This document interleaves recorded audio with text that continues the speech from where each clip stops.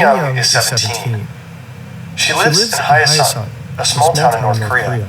It's located There's right no on way the you can Yalu escape River, North Korea. I'm the just natural buying border it. to China. Shit looks impossible. Across the ice, Min Young can see the other side. Freedom is so close, yet so far. North Korean soldiers are nearby, patrolling the area.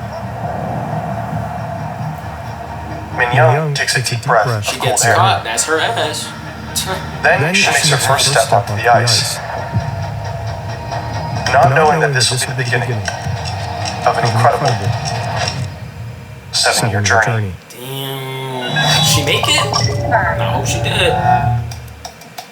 I hope she really did. North Korea is notorious for the oppression of its people and its poor human rights record. Under Kim Jong-un, it became even harder for citizens to escape. There are more fences, more guards, and since a few years, there is a new order to shoot on sight.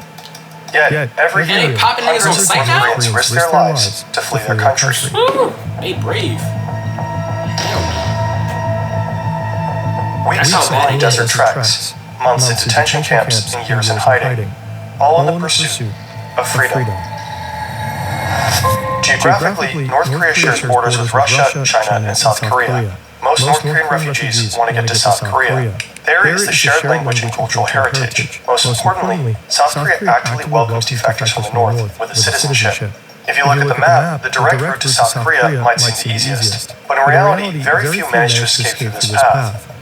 In between the countries lies a demilitarized zone, and it is one of the most dangerous borders in the world.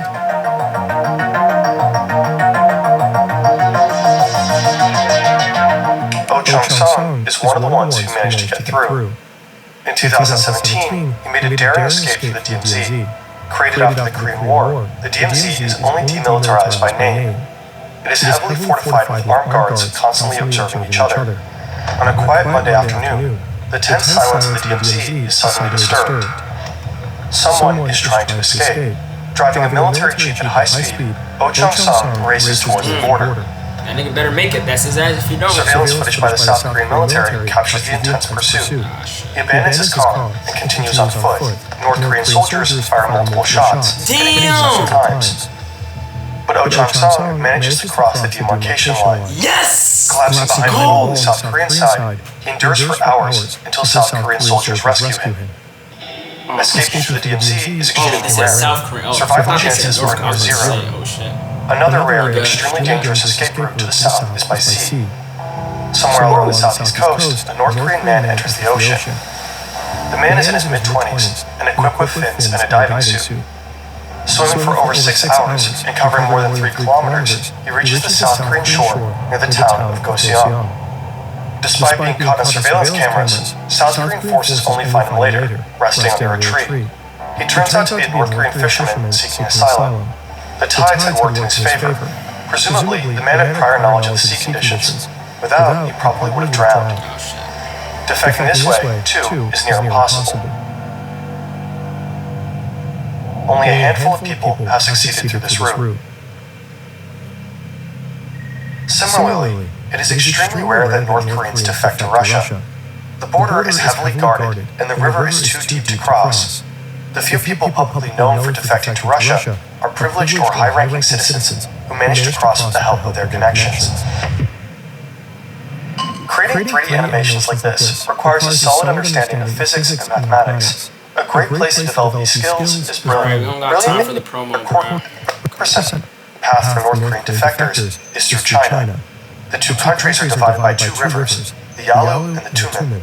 Some sections are shallow and waist deep. In winter, these rivers offer a rare opportunity. The water freezes solid. For those desperate enough, crossing over the ice might seem deceptively simple. Crossing is just the beginning. The real danger lies on the Chinese side, where defectors face constant threats of capture and repatriation. Trump is now in his first month in office, and we want to know how you think he's doing as president. You guys know how I think he's doing, but It's Democrats... not even his first month. What are y'all talking about? Min Young grew up in a modest home overlooking the Yalu River. From her backyard, she could see the hazy outline of Chinese villages. Her family is relatively privileged. They don't starve. Her father, a traveling salesman, frequently crosses into China for business, while her mother works for the government. In her free time, the mother makes extra cash by trading smuggled goods from China. This is a common practice for North Koreans that live near the border. The poor economic conditions increasingly drive them to find additional income. Life changes dramatically when Min Young is 14. It's the year 1994.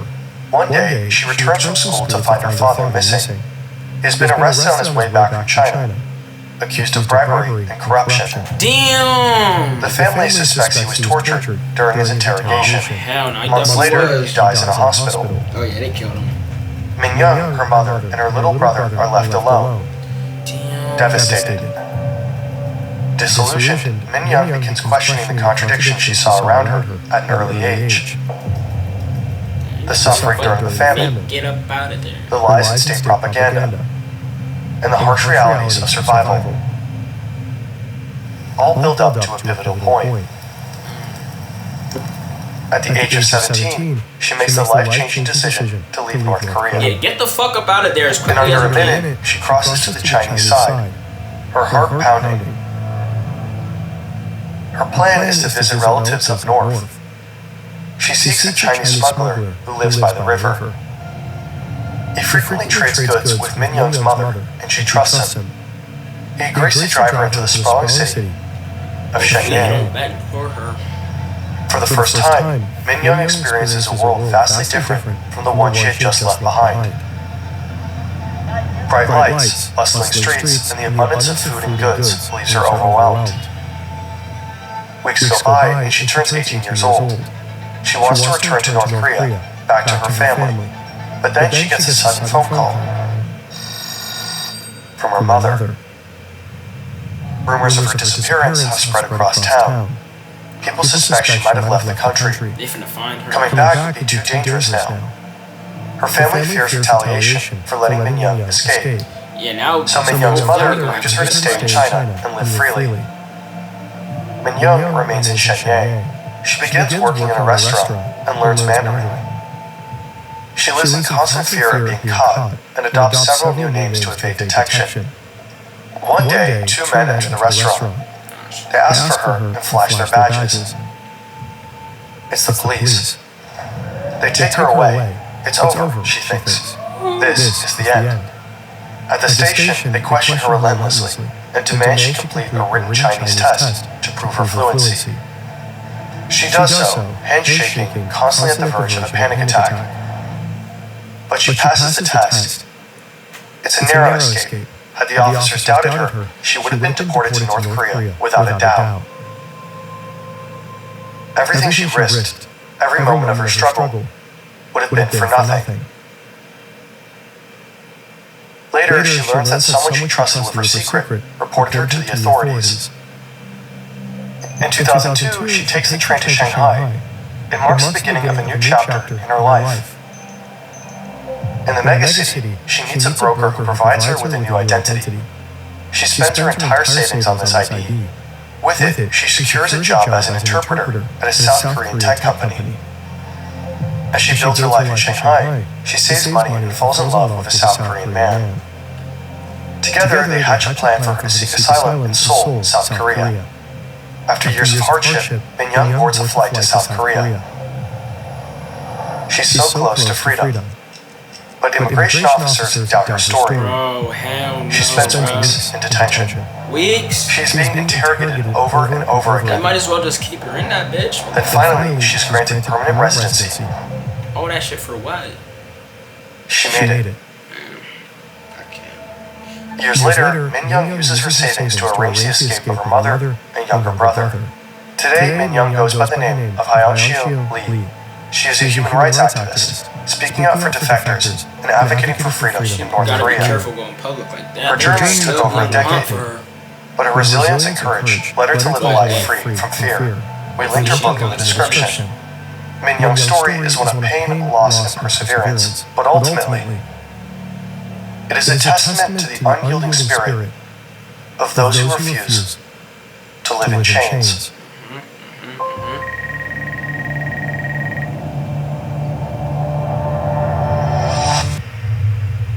For most North Korean refugees, escaping through China is unavoidable, but the country usually only marks the first stop.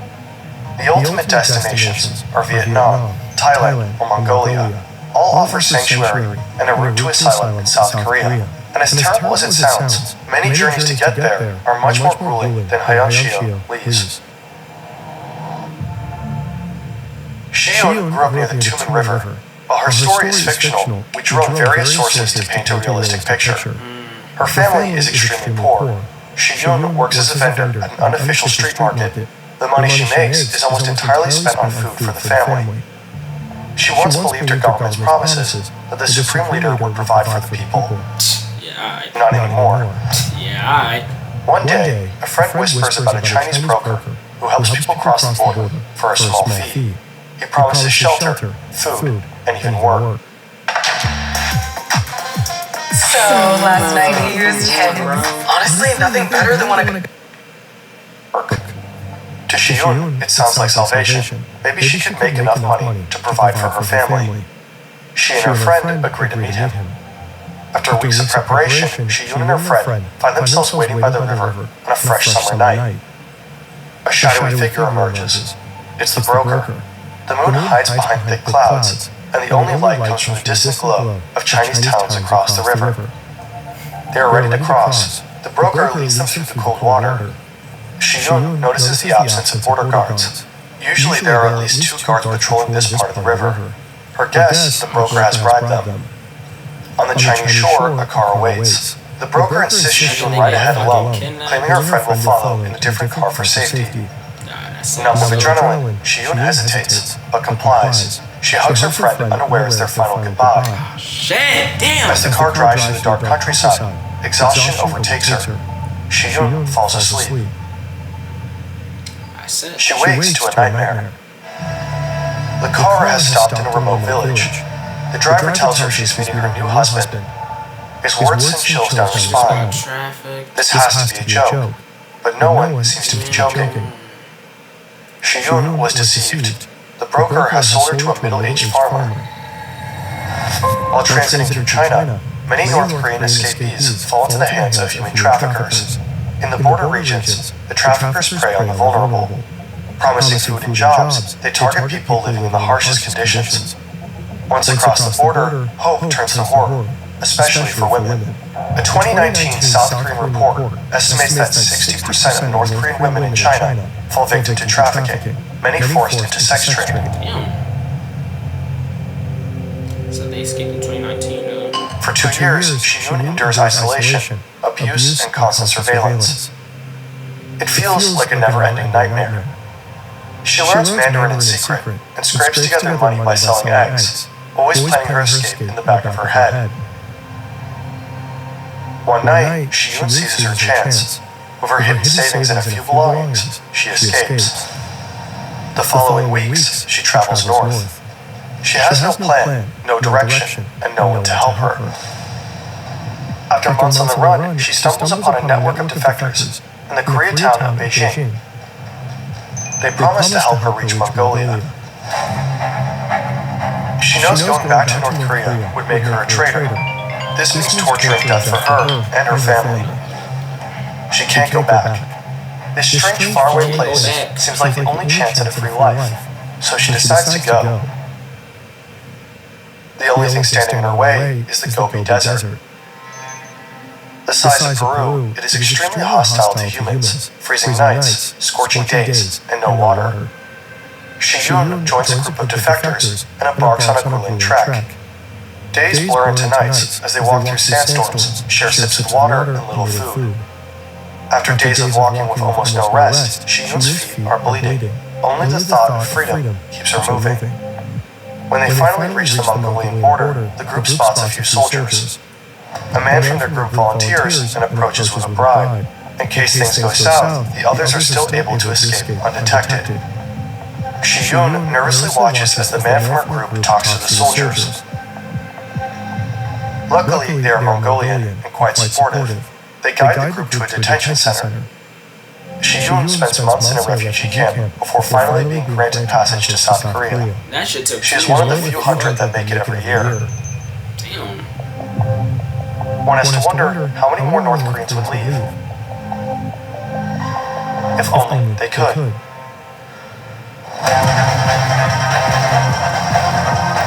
Damn.